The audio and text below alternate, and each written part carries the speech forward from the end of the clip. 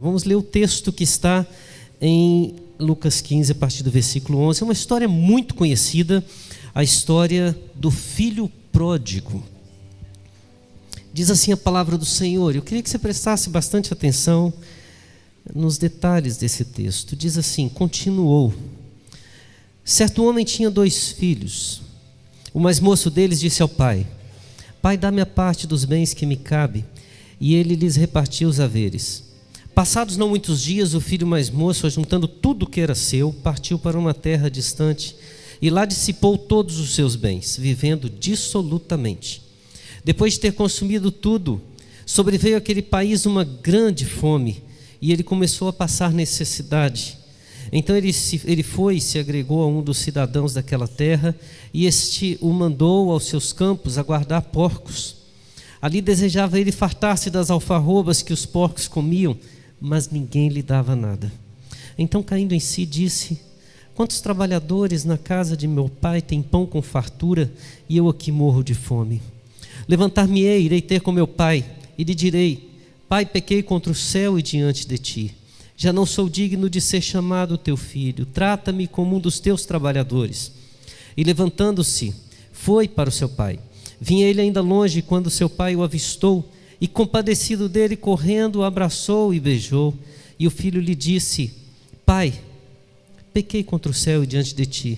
Já não sou digno de ser chamado teu filho. O pai, porém, disse aos seus servos: Trazei depressa a melhor roupa, vestiu, ponde-lhe um anel no dedo e sandálias nos pés. Trazei-me também e matai o novilho cevado. Comamos e regozijemos, porque este meu filho estava morto e reviveu, estava perdido e foi achado. E começaram a regozijar-se. Errar é humano. Permanecer no erro é uma opção. É uma opção que muitas vezes a gente insiste tanto em não fazer, que acaba sendo chamada de burrice.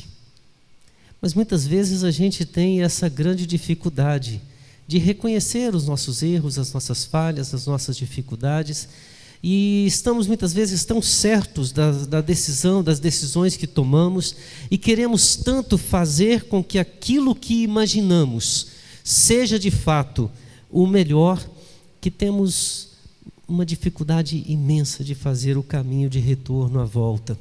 Esse texto que nós temos, ele é conhecido como a parábola dos achados e perdidos. Aliás, deveria ser os perdidos e achados.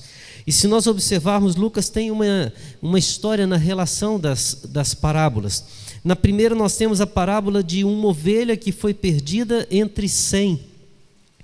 Além de ser uma perda que poderia ser recuperada, eram 100 ovelhas, uma foi perdida, simplesmente no ato procriativo poderia ser recuperada, mas ele diz que uma entre 100 fez com que o pastor deixasse as ovelhas, as 99 lá no aprisco, e voltasse e fosse atrás daquela que se perdeu, e mostrou a importância desta ovelha perdida. O próximo é uma dracma entre 10, já não é mais 1%, é 10%, e já não é mais uma perda que pode ser por reprodução natural conquistada. É uma perda que equivale a um bom trabalho para se recuperar. E o texto diz que a mulher, ela varre a casa diligentemente até que a encontra. E é muito interessante a história, porque em ambos os casos termina-se com uma grande festa, com um grande júbilo.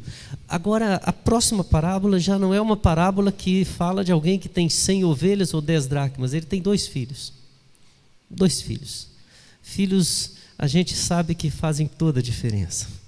E um destes, o mais moço, ele resolve olhar para o seu pai e dizer: Pai, dá-me a parte dos bens que me cabe. Não é um filho que se perdeu, é um filho que decidiu se perder. E algumas ideias podem vir desse texto. Algumas das questões talvez seja aquele filho que, iludido em querer uma vida diferente, em algo novo, e acreditando que o que ele tinha de esperança na casa do seu pai já não era mais suficiente para ele, ele sai acreditando firmemente que com o recurso que ele tinha da sua herança, ele era capaz de conseguir algo muito melhor do que o que ele tinha na casa do seu pai, do que o que ali ele poderia alcançar. Talvez aquele ímpeto jovem, aquele sonho talvez não tão bem calculado.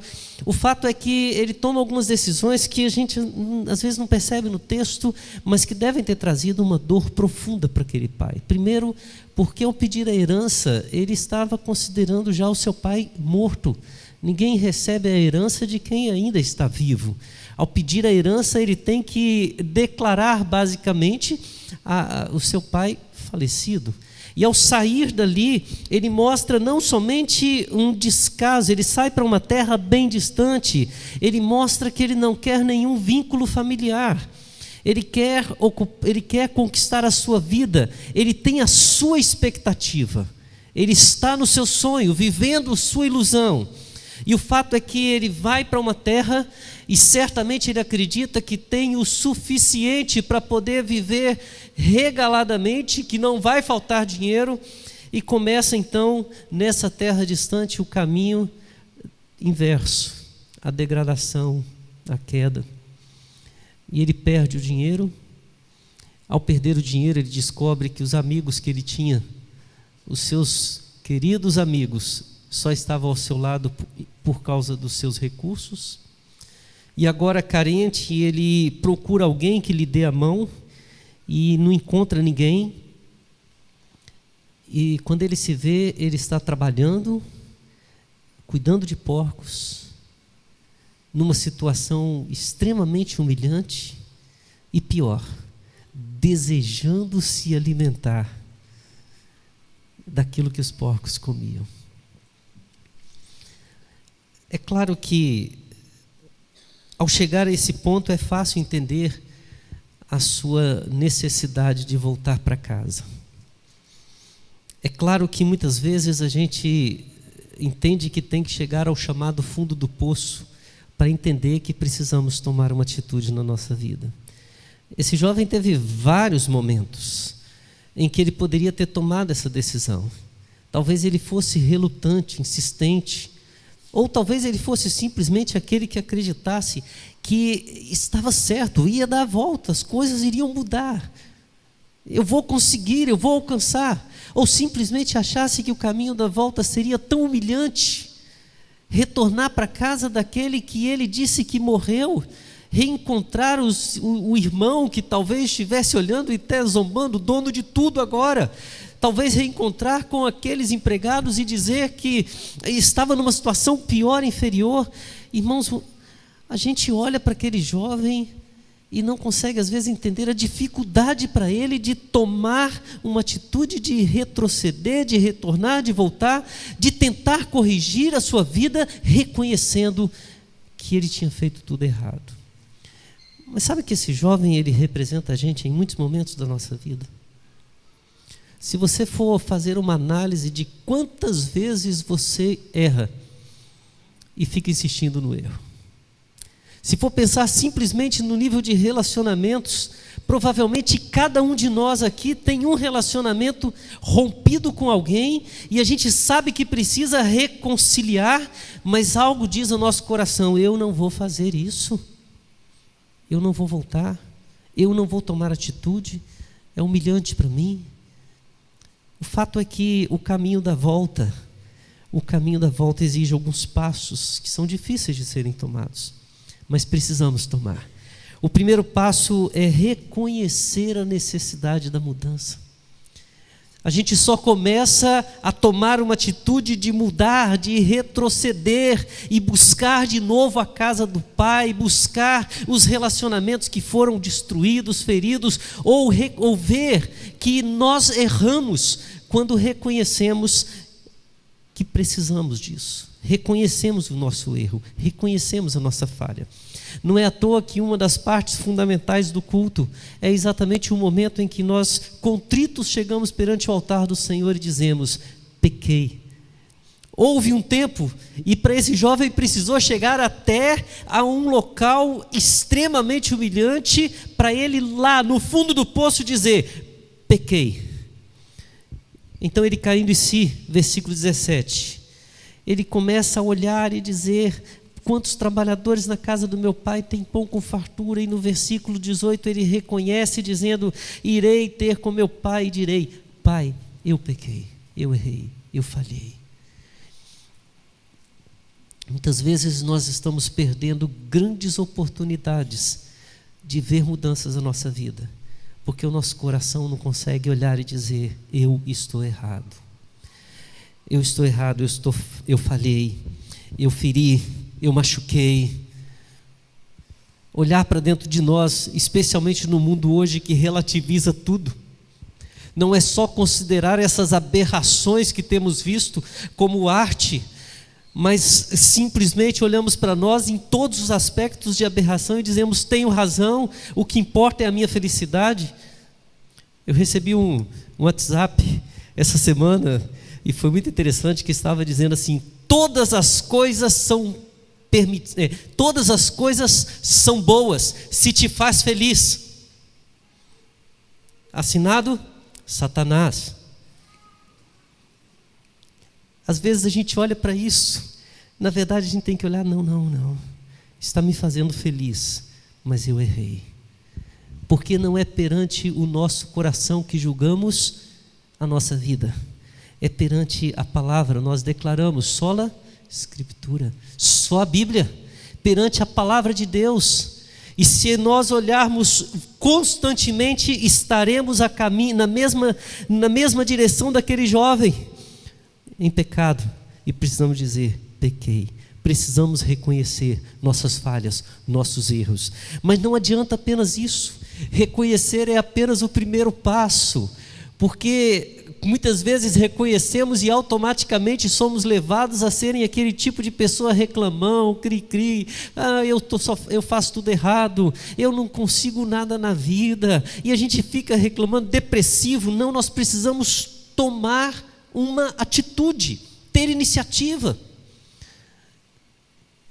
Coisa terrível é conversar com pessoa, né? Você vai chegar e a pessoa só sabe reclamar da vida, só sabe dizer que está tudo ruim. Ele reconhece seus erros, reconhece suas falhas, reconhece seus problemas, reconhece o estado em que está, e você fica esperando: faça alguma coisa, sai daí, toma uma atitude. Aquele jovem provavelmente em vários momentos teve a insinuação de dizer: será que eu errei? Será que eu fiz errado?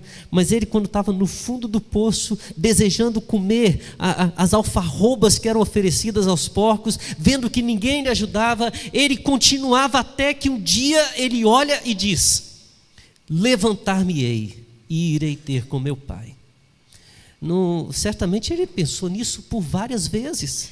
Eu acho que eu devo fazer. Será que isso é bom? Será que como é que meu pai me receberia se eu voltasse? Será que eu seria bem recebido? Será que isso será? Não faz nada, irmãos. O que faz é o dia que você se levanta, como o jovem disse, e vai. Já não importa a caminhada. Mas não adianta ter a iniciativa de levantar e ir, se você não sabe o que fazer. Ele tinha um plano claro na sua mente. Ele tinha a ideia declarada, olha só, estava decorado. Ele disse assim: levantar-me-ei, irei ao meu pai e direi: Pai, pequei contra o céu diante de ti, já não sou digno de ser chamado teu filho, trata-me como um dos teus trabalhadores. Ele deve ter decorado esse discurso o tempo todo enquanto estava ali. Levantou e deveria ter caminhado: Pai, pequei contra o céu diante de ti, já não sou digno de ser chamado teu filho, trata-me como um dos teus trabalhadores. A ideia que eu tenho no texto é em cima da convicção que ele teve. Ele olhou antes e disse: eu olho hoje o meu estado, filho de uma pessoa que eu desprezei, que eu descartei, achando que poderia ser melhor que ele, onde eu estava bem, era herdeiro, poderia estar bem sucedido, e agora nesse estado eu olho para trás e descubro que os trabalhadores do meu pai estão vivendo melhor do que eu. Olha o que eu fiz. Quando fala trabalhadores, tem um texto, tem algumas versões que traduzem por jornaleiros. E a ideia não é de vendedor de jornal, é aquele que trabalha por jornada. Então podem ter duas opções para interpretar esse texto. Ou ele está se referindo àqueles trabalhadores que vão de manhã, trabalham o dia inteiro e à noite voltam para casa, ou ele está se referindo àqueles escravos que não têm salário, que não têm, que vivem na dependência integral. Irmãos, aquele jovem, quando toma essa atitude, ele, nos seus planos, ele não pede dignidade, ele não pede morada, ele não pede nada mais do que seu pai estenda a graça sobre ele e lhe permita viver sob sua dependência como escravo, ou simplesmente lhe dar o direito de passar o dia, ainda que tenha que morar na rua. Isso para ele é melhor do que estar onde ele está naquele momento. Ele planeja isso, ele projeta isso, e ele vai atrás disso. Ele sabe o seu estado, reconhece o seu erro, toma uma atitude, planeja e vai. Quantas vezes a gente quer que Deus resolva o nosso problema, mas a gente não planeja tomar nenhuma atitude, a gente não sabe o que vai fazer, a gente não experimenta do Senhor ou ao Senhor em oração para poder ouvir dele o que ele quer para nós. Mas ele tem que tomar um quarto passo, e esse quarto passo está exatamente nessa palavra ao dizer: trata-me como um dos teus trabalhadores. Recomeçar muitas vezes exige humildade. Humildade. Recentemente conversava com uma pessoa, amiga, não vou dizer a nacionalidade, mas essa pessoa estava dizendo como é difícil para as pessoas da cultura dela se readequarem em um outro ambiente de trabalho, porque eles não aceitam trabalhos ou empregos inferiores àqueles onde eles estavam quando foram desempregados. É mais ou menos assim: qual a sua função? Eu sou engenheiro, ok. Desempregou, perdeu o emprego, todo mundo, ele só vai voltar a trabalhar se for de engenheiro para cima, para baixo não aceita. É chefe numa empresa, não vai aceitar nenhuma outra função. E eu perguntei por quê, como é que é isso na cultura? Falou assim: porque nós entendemos que isso é humilhação demais para nós, rebaixar o nosso cargo. E até foi interessante, falou assim: vocês no Brasil, parece ser tão fácil começar de um jeito. Não é fácil, nunca é fácil. É necessário trabalhar o nosso coração, é necessário entender que os nossos erros trazem consequências, e que as consequências muitas vezes não nos fazem voltar para o mesmo ponto de onde saímos. Somos muitas vezes levados pelas consequências das nossas decisões a recomeçar do zero, recomeçar como um escravo, recomeçar como aquele trabalhador ainda sem morada, recomeçar aceitando as circunstâncias das nossas próprias decisões. Humildade. Se queremos ver mudanças acontecerem na nossa vida, precisamos ser humildes para entender aonde Deus quer que recomecemos. Primeiro passo para mudar quando as coisas estão ruins: reconhecer que precisamos mudar. Segundo passo, ter iniciativa. Terceiro passo, fazer e acreditar nos nossos planos. Quarto passo, ser humilde para recomeçar. Quinto passo, saber agradecer a Deus. É muito interessante essa história. Aquele jovem se levanta, vai, e quando ele está longe, irmãos, olha o que o texto diz: levantando-se foi para o seu pai. Vinha ele ainda longe quando seu pai o avistou. Não foi ele que viu o pai, foi o pai que viu o filho. E o texto diz que, compadecido, correndo, o abraçou e o beijou. Lembra que quando aquele filho saiu da sua casa, ele considerou seu pai morto? Ele levou toda a sua herança, Era para o pai estar ferido, machucado. Mas o texto diz que o pai se compadece, o abraça, o beija e faz isso correndo, vai ao seu encontro. Eu imagino que nessa hora alguns poderiam dizer assim, como um bom filho, esperto, né, que deveria ser, quando ele viu que o pai o abraçou, lembra qual era a intenção do filho? Trata-me como um dos teus trabalhadores. Ele está indo para ser ou um escravo na fazenda, ou simplesmente para pedir um emprego, nada mais. Olha que momento maravilhoso dele olhar para o pai e dizer assim: paizão, seu filhão voltou. O pai estava compadecido. O pai lhe abraça, lhe beija, emocionado. Meu filho voltou. Era natural que ele virasse para o pai e disse: pai, eu cometi uns errinhos, mas eu estou de volta, sabe? A vida me ensinou algumas coisas, estou aqui, seu filhão está de volta, deu para ver que o senhor gostou. Olha a reação desse filho. Ele olha para o pai, mesmo vendo a compaixão do pai e toda a oportunidade que ele tem de retornar de forma honrada, de retornar de forma... Toda vez eu esqueço esse celular ligado, né? Retornar de uma forma graciosa para o seu espaço, para o seu ambiente antigo. Mas ele olha para o pai e diz assim: pai, pequei contra o céu e diante de ti, já não sou digno de ser chamado teu filho. Irmão, eu queria que você refletisse um pouquinho nisso.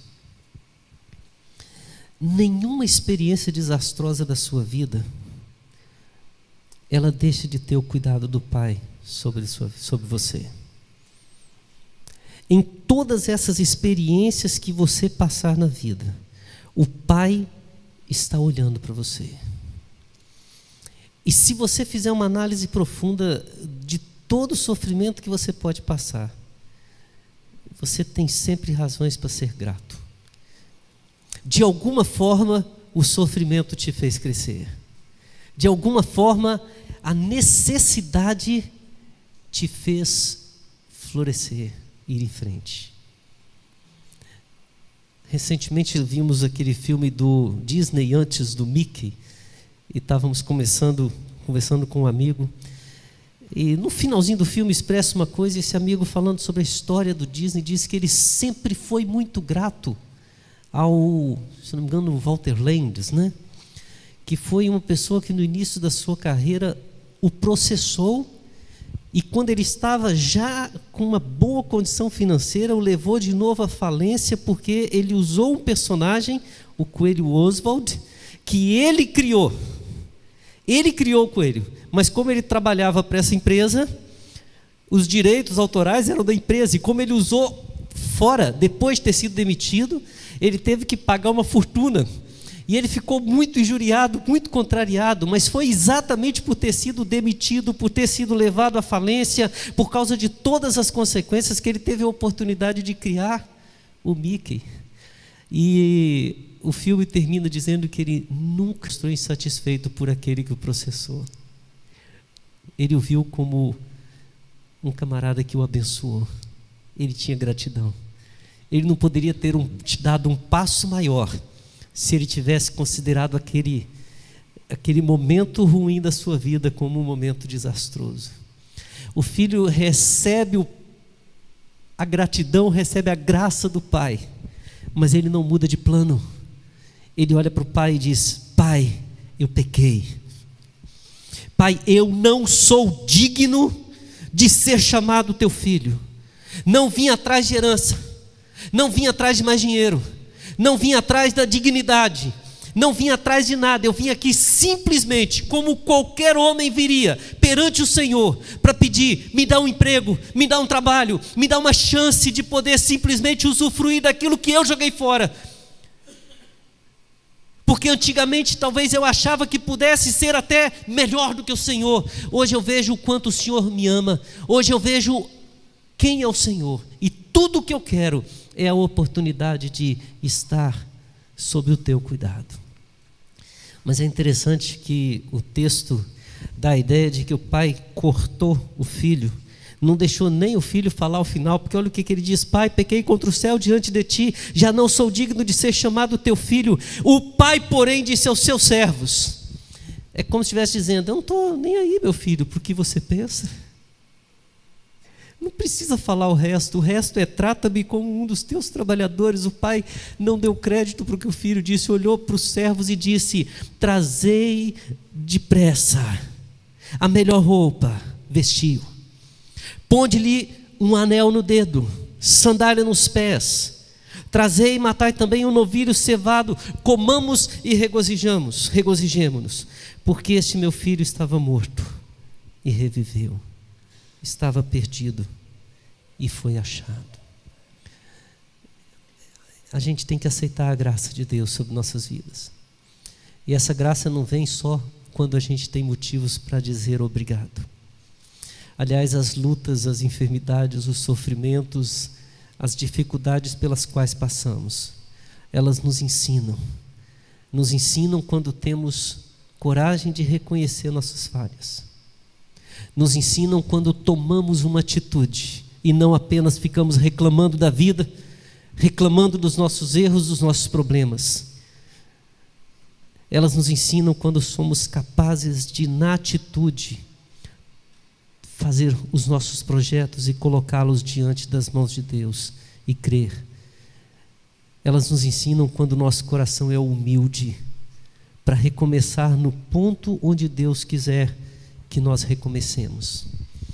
E elas nos ensinam quando a gente entende que no meio de toda aprovação, de toda luta,